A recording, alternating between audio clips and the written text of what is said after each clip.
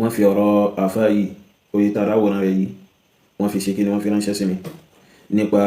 ìfi irun kún irun lábẹ́ òfin Allah subhanahu wa ta'ala. Ṣùgbọ́n ìdí tí a fi lè lo fídíò rẹ̀ òun ni pé tọ́ àfá yìí náà ti mọ irú àwọn nǹkan tí òun ó máa sọ oye fún délé yìí, so copyright máa ń bẹ̀m̀bẹ̀ àwọn fídíò rẹ̀, so ìdí nù tá lè ṣe kí ni tá fi ní gbé fídíò rẹ̀. Àìjẹ́bẹ̀ àwọn ọ̀rọ̀ kan bẹ̀ tó yá sí pé àwọn èèyàn gbọ́dọ̀ gbọ́ láti já sí pé ká já irọ́ yẹn. Àkọ́kọ́ tẹ́ ọkọ́ mọ̀ ní pé so àfá yìí ṣe jàmbá ìmọ̀ gidigidi gan nínú ọ̀rọ̀ tí àfá yìí sọ nípa ìfi irun kún irun lábẹ́ òfin Allah subhanahu wa ta'ala. Àkọ́kọ́ jàmbá tí àfá yìí kọ́kọ́ ṣe òun náà ni níbi ìfẹ́ gbé istilah tí ó ní ìtumọ̀ kan kalẹ̀ so nípa àwọn ọ̀nà ìfi irun kún irun. So alwaslu àmọ̀pẹ́ àdíthì wá fún àfá yìí wá gbé alwad'u wá àti kíni àti azzar'u wá, that is airplant àti kíni àti wig gẹ́gẹ́ bí àfá yìí ṣe gbé sí. Àkọ́kọ́ jàmbá tí àfá yìí ṣe nìyẹn. Oye so alwaslu ó kó wig yẹn náà sínú, bẹ́ẹ̀ dẹ̀ ni ó kó airplant yẹn náà sínú. Oye báyìí so gbogbo ẹ̀ ló kó sínú, jàmbá àkọ́kọ́ nù. In táwọn sọ yìí yóò yé wa pẹ̀lú kíni ìtumọ̀ alwaslu. So alwaslu nínú èdè ọmọ Lárúbáwá tá bá lọ sínú lisanul arab ti Ibn Manzur mujallad ẹlẹ́ẹ̀kẹ́ 11 tab'atu sadir page 726. Oye báyìí so Ibn Manzur ó sọ pé alwaslu ìtumọ̀ rẹ̀ ní kíni, ìtumọ̀ rẹ̀ ní waslu shay bi shay, òun náà ni kéèyàn ṣe kíni, kéèyàn pa nǹkan pọ̀,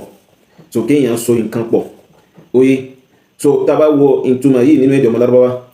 oye báyìí so yóò máa túmọ̀ sí wípé kò ṣe dìgbà tí wọ́n bá tó ṣe kíni, tí wọ́n bá tó mú irun ọmọ ènìyàn àbí tí wọ́n bá tó mú irun láti máa dì má inú irun rẹ̀, kò ṣe dìgbà yẹn ni wọ́n ṣe kíni, kò ṣe dìgbà yẹn ni ó tó di waslu. Oye wíìgì gan téèyàn dé sórí, tóbìnrin dé sórí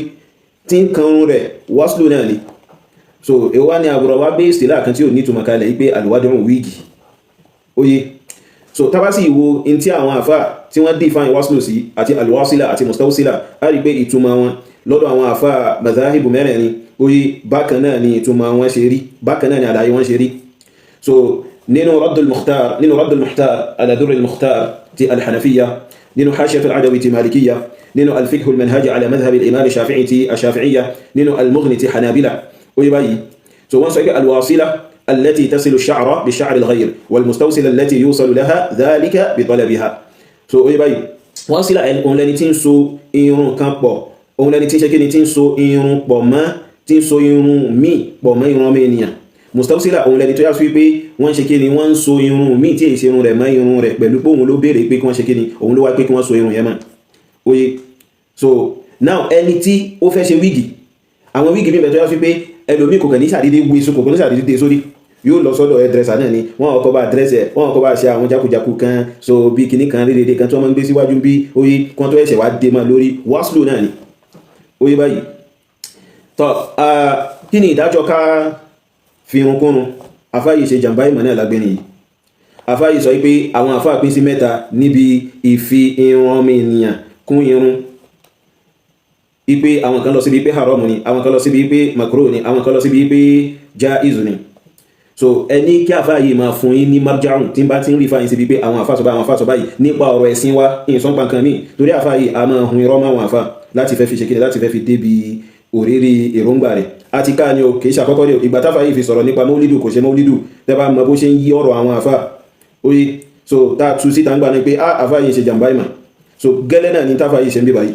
So àwọn madhhab wo ni wọ́n kọ̀ rọ́rọ̀ yìí pé so ìfi irun ọmọ ènìyàn kún irun ó tọ́, ẹ fáwọn èèyàn ní marja'un rẹ̀. So in yọ ẹni kankan kó gbogbo mazahibu parapata mazahibu mẹ́rin oye ọ̀rọ̀ wọn lórí waslu sha'ri bi sha'r adami yìí ó ń rí lórí pé ó ń yí lórí pé at-tahrim wal karaha. So lọ́dọ̀ àwọn àfá hanafiya so wọ́n wà lórí pé at-tahrim àti al-karaha ibi táwọn lọ rí. Oye báyìí tá bá lọ sínú al-ikhtiyaru li ta'lili al-mukhtar so ti al-baldaji. Oye báyìí so bákan náà tá bá lọ sínú raddul mukhtar ala durril mukhtar, tíra àwọn kíni, tíra àwọn hanafiya ni. Oye tíra àwọn hanafiya ni wọ́n sọ ń bẹ̀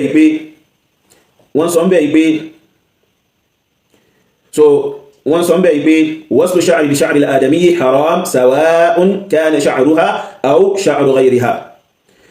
so nínú kan àwọn tírà àwọn hanafiya al-ikhtiyar li ta'lil al-mukhtar ti al-baldaji ó ní nínú lànà hanafiya waslu sha'ri bi sha'ri al-adami ìfirun kún irun ọmọ ènìyàn pẹ̀lú irun ọmọ ènìyàn haram ni sawa'an kana sha'ruha so kò bá jẹ́ irun ara rẹ̀ ni wọ́n bá mú fi kún aw sha'ru ghayriha kò bá jẹ́ irun ẹlòmíì tó yàtọ̀ sí wọ́n bá fi kún haram ni nínú Radd al-Muhtar ala Durr al-Mukhtar wọ́n ní idha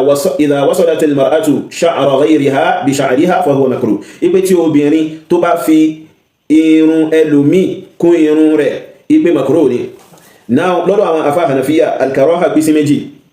karahatu tahrim imbe karahatu tanzih imbe ìwọ̀nù méjèèjì ni karaha yìí tí àwọn apákan hanafiya lọ sí bí pé so makruh ni ìwọ̀nù méjèèjì ìwọ̀nù méjèèjì ṣe karahatu tanzih ni àbí karahatu tahrim so káfà wá ṣe kí ni káfà wá yìí nànà rẹ̀ èmi o ma fún yín ní marja'un ni èmi ò ní ma mú ọ̀rọ̀ àwọn afákẹ́ wá ma mú ṣeré fún yín so then nínú al-Muntaqa sharh al-Muwatta ti so tírà Malikiya ó yí báyìí so then al-Majmu' sharh al-Muhadhab then Mughni ti Ibn Qudama so àwọn eléyìí lọ sí bí pé haramu ni ká ṣe kíni ká fi irun ọmọ ènìyàn ká fi ṣe kíni ká fi kún irun Malikiya lọ sí bí pé èyíkéyìí nǹkan a lè ṣe kíni a lè fi kún irun fún obìnrin àbí fún ọmọ ènìyàn so ìyẹn bẹ́ẹ̀ now àwọn wo ni wọ́n wá sọ wípé ó tọ́ ká fi irun ọmọ ènìyàn kún irun fóbìnrin àwọn wo ni wọ́n sọ pé ó tọ́ káfà mú wọn wá nínú madhabu ṣe ní tó sì wà muqarrar nínú madhabi yẹn nìyẹn ma fi orí àwọn èèyàn ṣeré bí ma Allah bẹ́ẹ̀ dáwọ́ fi gbogbo yín mọ́nà tọ́ náà àfá yìí mú àwọn hadithi kan wá táfà yìí fẹ́ fi ọpọlọ àwọn èèyàn ṣeré ń bẹ̀ oye báyìí so níbi hadithu asma táfà yìí ká tí ń bẹ nínú Bukhari oye níbi kitab al-libas babu al-mawsula so ipe sami'tu asma that is Fatima bint al-Munzir ó sọ ipe sami'tu asma qalat sa'alat imra'atu an-nabiy sallallahu alayhi wa sallam faqalat ya Rasulallah arabiri kabir lawa an-nabiy sallallahu alayhi wa sallam wa sọ ipe an-nabi inna ibnati asabatha al-hasba famaraqa sha'ruha tara jọ ọmọ mi obìnrin o oye àwọn pọ́ọ̀sì tí máa ń mú èèyàn lórí tí inú èèyàn fi máa ń bàjẹ́ ó ṣe kíni ó mú ọmọ mi lórí irun rẹ̀ wá ṣe kíni ó wá já bútẹ́bútẹ́ wa inni zawwajtuha afa asilu fi so mo wá fi ọmọ mi mo fi lọ́kọ that is ìyá yẹn fi ìzàwájú yẹn so ó fi ṣe kíni ó fi tì sọ́dọ̀ rẹ̀ gbogbo ara mọ̀ pé obìnrin ò lè ṣe kíni kò lè fi obìnrin bẹ̀rẹ̀ lọ́kọ ó yé báyìí so ìtí túnmọ̀ ní pé òun sin ọmọ òun lọlé ọkọ ipe ṣe kóhun wá ṣe kíni kóhun wá fi kún irun rẹ̀ ni fàkọ̀ alẹ́sàlámù wáṣẹ́ pé la'ana Allahu al-wasilata wal-mawsula ipe Allah bẹ̀ẹ́dà ó ṣẹ́bi lé ẹni tí ń fi irun kún irun fún obìnrin àti obìnrin tí wọ́n ṣe kíni tí wọ́n fi irun kún fún ó yé báyìí afáyí sọ̀rọ̀ kan bí báyìí ipe ọmọ yìí ọmọ kékeré ni nǹkan kan bẹ́ẹ̀ torí rẹ̀ ní kíní kan kì í ṣe pé torí pé ó jọmọ kékeré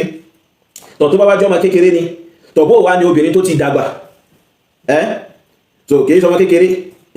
so ẹni tó ti bàlágà tó ti lọlé ọkọ ihun number 1 number 2 asmani kankan ló gba hadithu yìí wa Abdullahi ibn Mas'ud ló gbà wá Abdullahi ibn Umar òun náà gbà wá bẹ́ẹ̀ dẹ̀ ni Jabir ibn Abdullah òun náà ṣe gina òun náà gbà wá so ipa nabi sallallahu alaihi wasallam zajara nabi sallallahu alaihi wasallam an tasila almar'atu bi sha'ri ashiha anan sallamu ko ainaha anan sallamu ko kí obìnrin kó ṣe kíni kó fi nǹkan kún irun rẹ̀ nínú irun ó yé báyìí so ìyẹn bẹ́ẹ̀ then àwọn hadithu kan bẹ tí àfá yìí mú wa táfà yìí tó bẹ fi dárú jùlẹ̀ bí hadithu ìyàwó Aisha àbí atharu ìyàwó Aisha so tí Bakratu bint Uqba tó sọ wípé òun ṣe kíni òun wọlé lọ bá ìyàwó Aisha radiyallahu anha so atharu yìí bẹ nínú Tabaqat ibn Sa'id at-Tabaqat al-Kubra mujallad ẹlẹ́kẹwàá page 70 oye ibi haddathana Bakratu bint Uqba annaha dakhalat ala Aisha wa hiya jalisa ipe òun wọlé tọ̀ yàwó Aisha radiyallahu anha tí yàwó Aisha sí ṣe kíni tí yàwó Aisha sí jòkó ó yé báyìí ọ̀rọ̀ ń lọ láàrin wọn ń lọ láàrin wọn ó wá ní òun wá béèrè lọ́wọ́ yàwó Aisha nípa alámàrí kan faqalat yàwó Aisha wá sọ pé in kana laki zawj tó bá ní ọkọ fastata'ti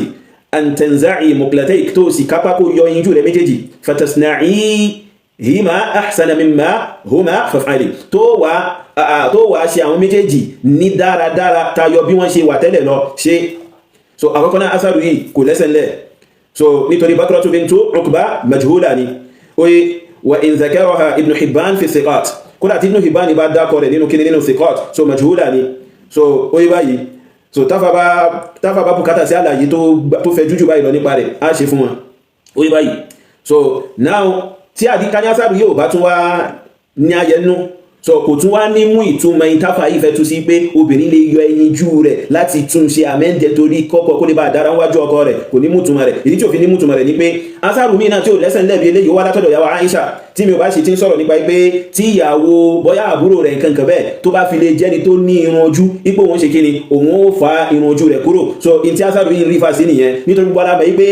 in tó ṣe kíni in tí ò ṣe ṣe ni kóbìnrin wá sọ pé òun fẹ́ yọ ẹyinjú rẹ̀ nítorí pé ó fẹ́ ṣe kíni ó fẹ́ look beautiful fọ́kùnrin so àmọ́ al-atharu da'if asaru òun ò ṣe kíni kò lẹ́sẹ̀ ńlẹ̀ so li jahalati Bakrati binti Uqba ìyẹn bẹ́ẹ̀ bákan náà afáyí ṣe kíni afáyí mú asaru ìyàwó Aisha kan wá bákan náà lọ́wọ́ ìgbẹ̀yìn ọ̀rọ̀ wọn oye so lọ́wọ́ ìgbẹ̀yìn ọ̀rọ̀ wọn asaru táfà yẹn mú wá yẹn asaru yẹn náà ṣe kíni asaru yẹn náà lálàáfíà al-Imam al-Ayni rahimahullahu ta'ala nínú Umdatul Qarim bíbáyìí oye nínú Umdatul Qarim mujalladi ẹlẹ́kẹ̀ 22 mujalladi ẹlẹ́kẹ̀ 22 níbi tí wọ́n ti ń sọ̀rọ̀ nípa kíni nípa al-libas àti bẹ́ẹ̀ bẹ́ẹ̀ lábẹ́ kitab al-libas oye atharu tafa yi muwa ọ̀nà ni pé wasa'ala ibn Ashwa' Aisha ibn Ashwa' oye ipo bèèrè lọ́wọ́ yawa Aisha ipe ala'ana Rasulullah sallallahu alaihi wasallam al-wasila qalat in ja nabi sallallahu musabili ẹni tí ń fi irun kún yawa Aisha wá sọ ipe aya subhanallah ipe subhanallah wa ma ba'su bil mar'ati za'ra an ta'khudha shay'an min suf fatasilu bihi sha'raha fatatazayyanu bihi inda zawjiha ipe kíni tó ṣe obìnrin tó já sí pé kò ṣe kíni obìnrin tí ò ní irun lórí kó mú ẹ̀yà kan nínú irun oye kó mú ẹ̀yà kan nínú kíni nínú irun bóyá irun àwọn irun ẹran àti bẹ́ẹ̀ bẹ́ẹ̀ lọ tí wọ́n ṣàṣe kíni tí wọ́n ṣà ti prepare dáadáa ṣá tí ó wà fi kún irun rẹ̀ oye tí ó fi ṣe ẹ̀ṣọ́ lọ́dọ̀ ọkọ rẹ̀ pé kí ló burú ńbẹ̀ ó ní innama la'ana al-mar'ata ash-shabba tabki fi shabibatiha ipe ẹni tánà bí sọ́sọ́lámù sẹ́bílé òun náà ni obìnrin ọ̀dọ́ tí ń ṣe kíni tí ń ṣe aṣẹ́wó nígbà ọ̀dọ́ rẹ̀ wa al-atharu batil atharu yìí kò dára láti rárá al-Imam al-Ayni sọ pé qalu ipa ma fún ní ma sọ pé hadha al-hadithu batil ipe hadithu yìí so kò dára láti rárá wa ruwatuhu la yu'rafun àwọn ruwatu ẹ̀ so a ṣe kíni a mọ̀ wọn wa ibn Ashwa sire lam yudrik Aisha kò ṣe kíni kò bá Aisha radiyallahu anha bẹ́ẹ̀ ni bó ti rí nìyẹn ibn Ashwa Amr ابن عبيد الله أو ابن أشوى عمرو ابن عبد الله بن عبيد الله الهمداني أبيك سعيد ابن عمري ابن عبيد الله أو سعيد ابن عمري ابن عبد الله الهمداني ابن أشوى so على اختلاف في اسمه واسم أبي so فند ليكو بدي يا عائشة كسبايا وعائشة رلا نعم so now أفايتم أثر كنوا أفايم أثر حديث كوا حديث ينبني المستدرك على صحيح الإمام الحاكم النيسابوري مجلد على كوكو oye so hadith 1487 oye báyìí ibana salamu sọ pé ala ukhbirukum bi khayri ma yuknaz nínú riwaya mi bi khayri ma yaknizu al-mar'u oye al-mar'atu salihah idha nadhara ilayha sarrathu wa idha amaraha ata'athu wa idha ghaba anha hafizathu afai fa bi sharibe àwọn tí wọ́n lọ sí bí pé tí ọkọ bá pa ìyàwó rẹ̀ láṣẹ ipe kó lọ fi irun kún ipe kó lọ fi kún nǹkan kan bẹ́ẹ̀ nítorí hadithu yìí àti bẹ́ẹ̀ bẹ́ẹ̀ lọ oye so kò lè fi kún nítorí pé kí ni àṣẹ tí ọkọ rẹ̀ pa yẹn àṣẹ ìta ẹsẹ̀ sí òfin Allah bẹ́ẹ̀ dání so nínú mustadrak yìí náà nínú hadithu hasan oye al-Imam al-Hakim bàbá ní mustadrak yìí bákan náà ibanu salamu sọ pé la ta'ata li makhluqin fi ma'siyati al-khaliq kò sí tẹ̀lé fún ẹ̀dá kankan níbi ìṣẹ̀ sófin Allah subhanahu wa ta'ala so fún délé yìí àwọn kan tábà yìí máa ń sọ ń gbà mí àwọn kan tó yá sí pé so ìròrí lásán tábà yóò kàn máa mú tí ò ní ṣe tí ò ní wo kí ni tí ń bẹ nínú àkọọ́lẹ̀ gangan tó yanjú oye àfáì kan máa ń jáwọ́ náà ọ̀rọ̀ àwọn àfáì ní hauni láti fi kíni láti fi débi rọ́ọ̀yà rẹ̀ oye báyìí so fún délé yìí hadithu yìí oye so ẹnì kankan ò lè lò fi ṣẹ̀rí pé kọ́kọ́ òun pòun láṣẹ pé kóun lọ máa ṣe kíni kóun lọ máa dé wíìgì so albaruka so àbíkẹ́ kóun lọ máa ṣe attachment kóun lọ máa finun kóun ẹ má dá wọn lóhun ẹnikẹ́ni tí bá ń sọ ọ̀rọ̀ yìí ẹ má dáhùn rárá àti rárá oye kò tọ́ rárá àti rárá kí Allah bẹ̀rẹ̀ kó mọ́ ṣe dáadáa fún ẹnì kọ̀ọ̀kan wa so kí Allah bẹ̀rẹ̀ mọ́ ṣe àlékún àgbọ́yé wa na'am barakallahu fikum.